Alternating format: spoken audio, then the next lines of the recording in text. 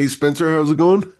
Hey Eric, it's going well. I like your background. Yeah, it's pretty cool, pretty cool. I'm here with Spencer Cohen, writer and director of The Compatriots. It's a really cool movie. But what was the whole genesis of this? Brought this Yeah, together?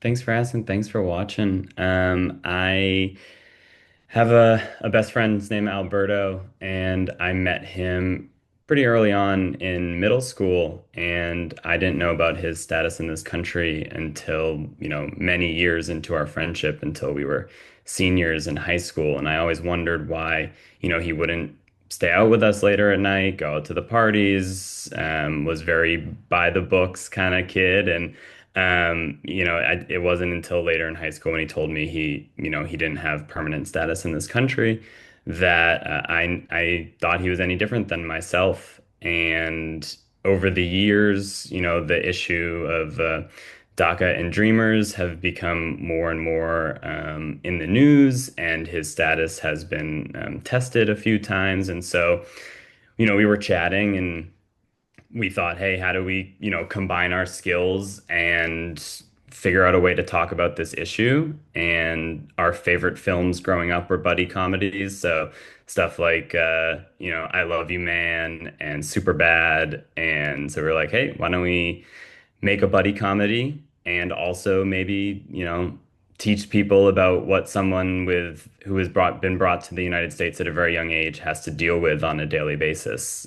Our goal was, not to hit anyone over the head with any sort of, message. We were really just trying to show a slice of life. If you don't have a friend like I do, that you can look to Javi as your friend and see the things that he has to go through on a daily basis, even though, his upbringing is so similar to Hunter's in many ways.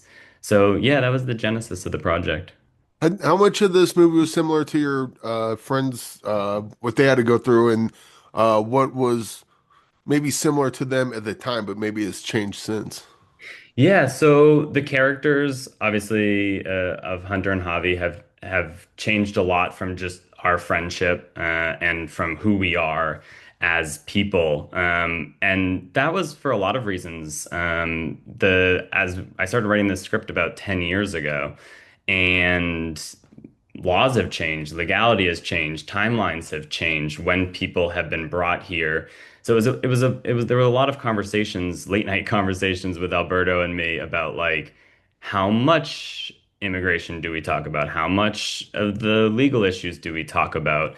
How do we get our point across, but also make sure that the film is still relevant for years to come? That was a pretty big important issue for me. So after the years of writing and finally when we got into production 2 years ago, we realized that the character actually aged out of DACA. So kids who were brought here after 2008 aren't eligible to have DACA and therefore have no protected status in this country at all, even though they might have been here since they were, 3, 5, very young ages.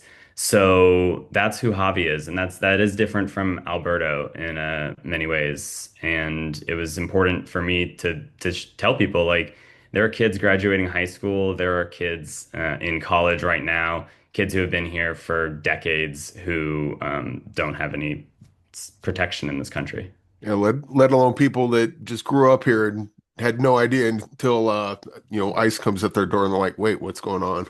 Yeah, yeah, there were all sorts of avenues we could have gone down, but we always wanted to make sure that it was a very grounded and authentic experience for any sort of immigrant who is in this situation. And it's been cool to go around to film festivals across the country and get people coming up to me after and saying that I've not seen myself on screen like that. So thank you. That happened a few times and it was really cool.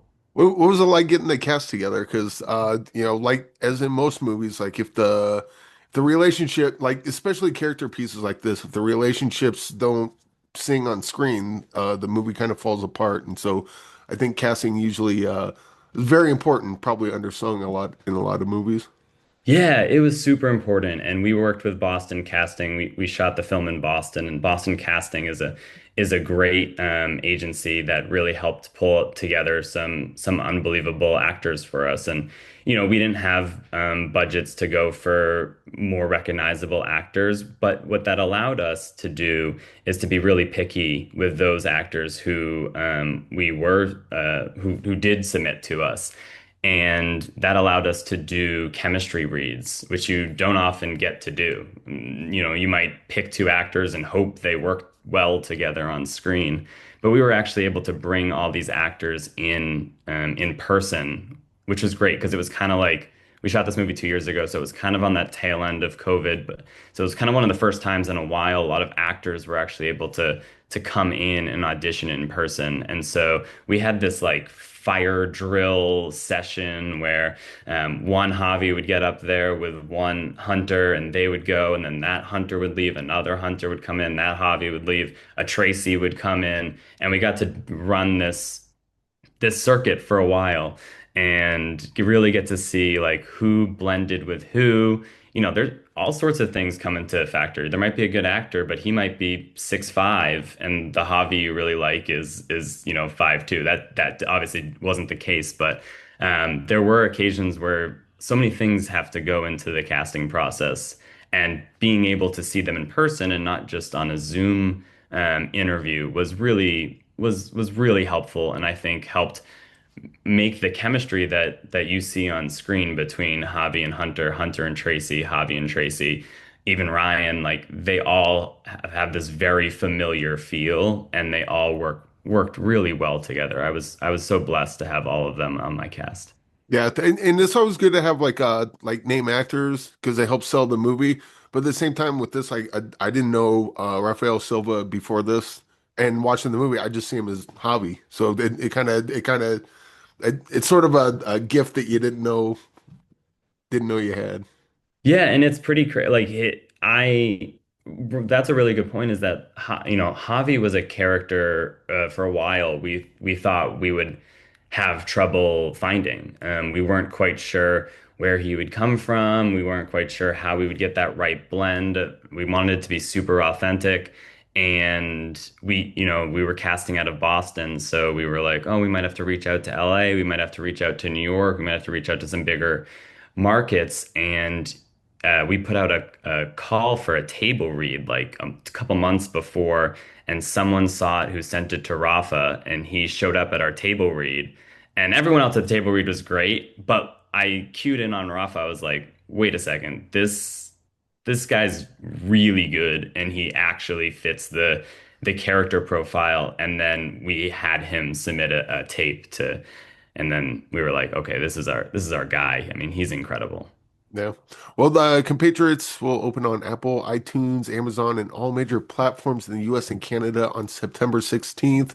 I would encourage everyone to see this. It's really, really heartwarming. Sometimes kind of like, oh man, why'd you do that to him? Come on. But yeah, it was a really good character piece, and congratulations. Just want to get last film. We got a couple of film recommendations from you earlier in this talk, but I want to get something from you that's either personal to you or that movie's really good and not enough people talk about it.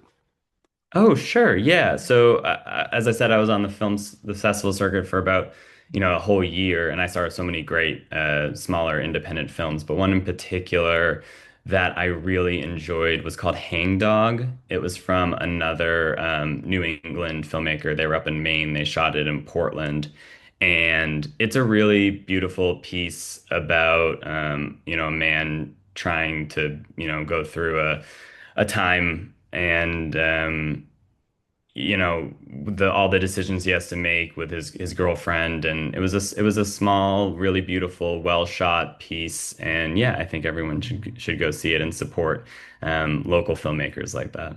Yes, and then after do that after you watch The Compatriots, of Yes, course. please. But Spencer, thanks for joining me today, and congratulations on your movie. Yeah, thanks so much, Eric. This was fun.